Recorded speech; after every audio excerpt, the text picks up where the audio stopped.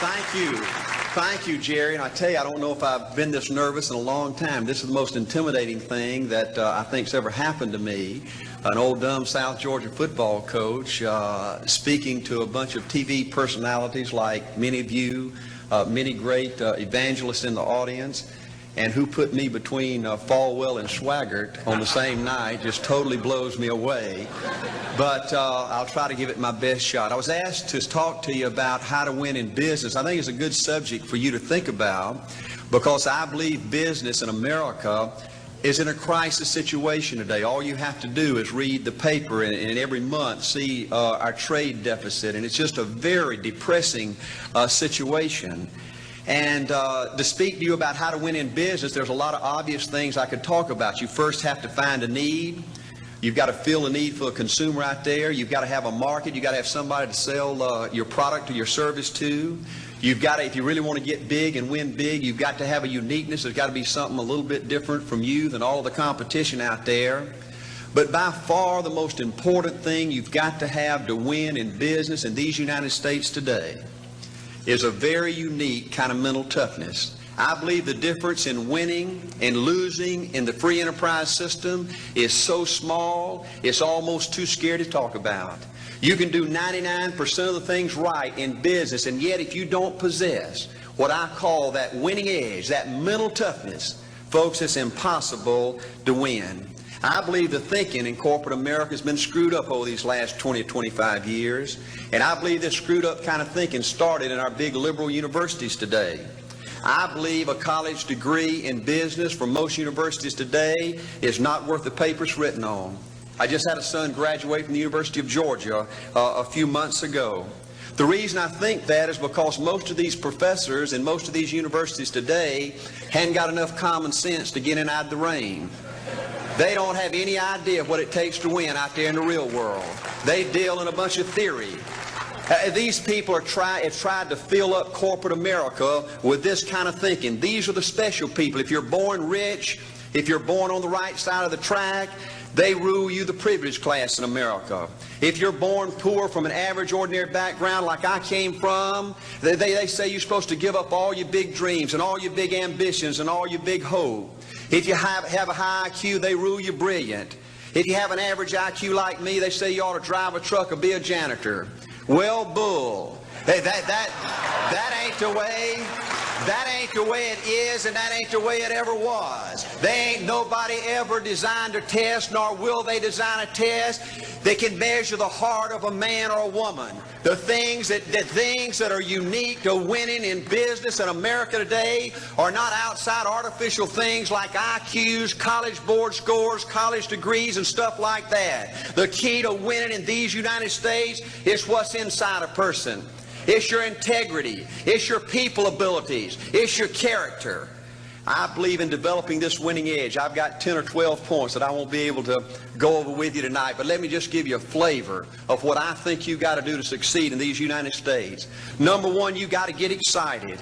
Folks, I don't believe anybody will ever tell you anything more important than this in winning in these United States. 90+% of winning in anything you try to do in America today, you got to be excited. People in America won't follow or believe in a negative, dull, disillusioned, frustrated, dadgum crybaby. People want people that are positive and excited and enthusiastic and tough. The greatest definition I ever heard, I thought about this 10 million times when I wanted to quit along the way of a winner. This guy said almost everybody in America can stay excited for 2 or 3 months. A few people can stay excited for 2 or 3 years. But a winner will stay excited for 30 years or ever how long it takes to win. Another key to building this winning edge and this mental toughness is you got to become a dreamer again. You know, I'm a Methodist, and we just changed ministers a few weeks ago, and our new minister came in, and the church was just packed. And the first thing he said, well, it looks like everybody came out to see the monkey perform. And the second thing out of his mouth, he said, for a church to be a great church, you got to have a dream. If you don't have a dream, you're dead.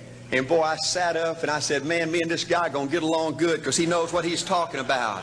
See, folks, I believe in order to win, you got to feel good about yourself.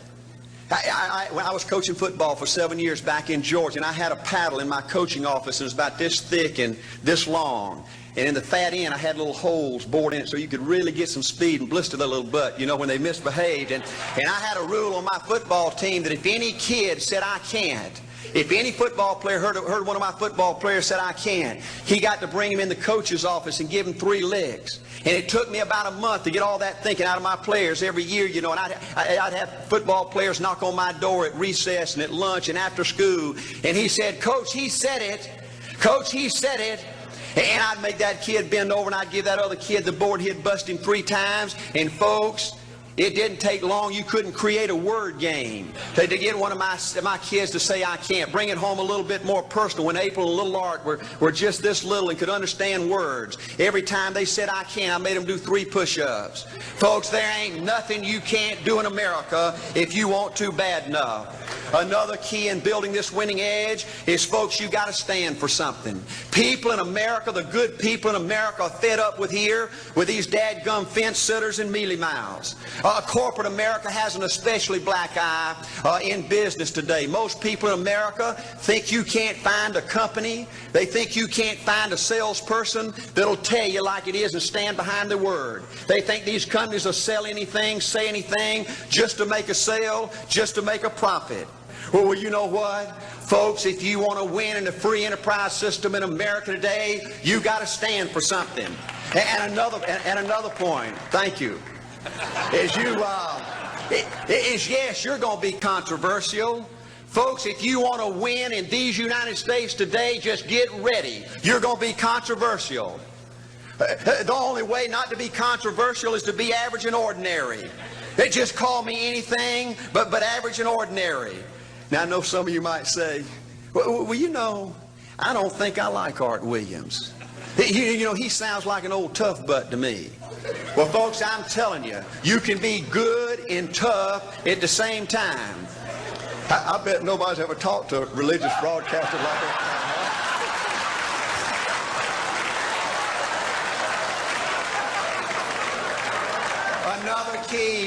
Another key to developing this winning attitude that'll give you a chance to do something great in American business is, folks, you've got to make a total commitment to what you're about. Do you know almost the American people have lost their toughness? They've lost their ability to make a commitment. See, folks, in trying to win in business, you're just going to have so many false starts. You think you get it going time after time, and you just get knocked back to ground zero. And it's your ability to compete, to pick yourself up off the mat one more time, to go for it one more time, that's going to determine success or failure. You know, we've got a divorce rate in America some 50% right now. You know, it just seems like that people that go in business today, they have an attitude, well, I'm going to stick my toe in it. If I start making all this money, get all these promotions, then I'll see this thing through. Well, folks, that's not the way it works. The first step to winning in business in America today is you've got to make a total commitment. Total commitment gives you that little extra ounce of courage you need to fight back through the tough times. Winning in business demands the same kind of commitment that winning in marriage demands. You know, I fell in love with my wife in the 2nd grade. Only girlfriend I ever had. We ran off and got married our freshman year, had both of our children before we left college. We're true business partners in marriage. We go everywhere together. I spend more time with her, been married to her 26 years, now I got 2 grandbabies, love her more today than I ever have. But I don't like her all the time. There's a bunch of times every day that I don't like her. You know, I'm a nut about brushing my teeth. You know, if I can get the toothbrush, I'll brush my teeth 4, 5, 6 times a day. And Angela's always forgetting everything, you know. And she always leaves the cap off the toothpaste, you know. And when I go in there to brush my teeth, the cap's off. It's got that hard little crust around the edge. You know, it just burns me more than I can tell you, you know. And I get on Angela's nerves about a lot of things. You know, we were having dinner last week, and every time we get through, Angela kicks me under the table, you know, and gets me back in my room and says, Art, you ain't got no class. You know, I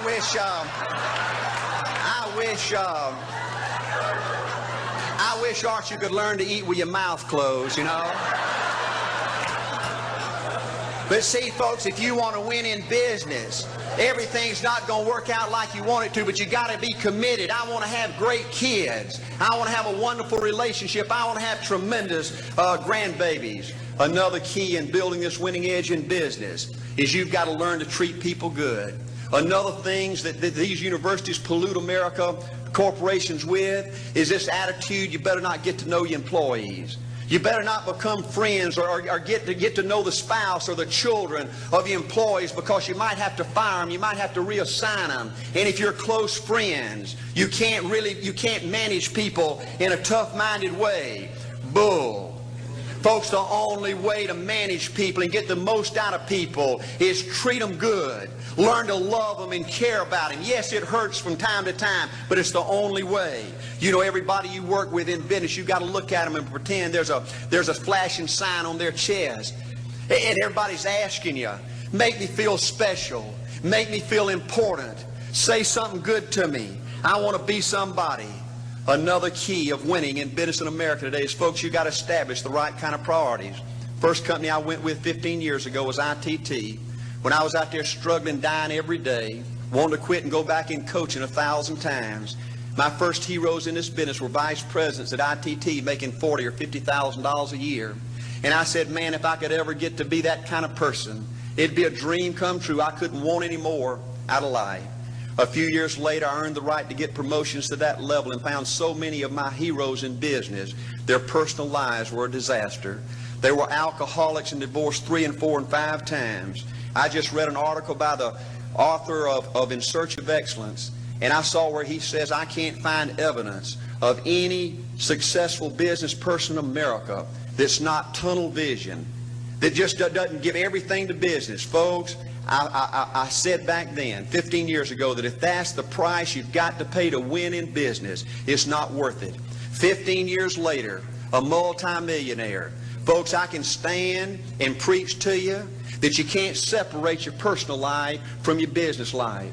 God's got to come first. Your family's got to come second.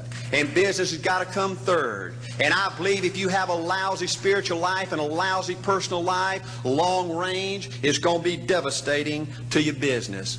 Another thing in building this winning attitude.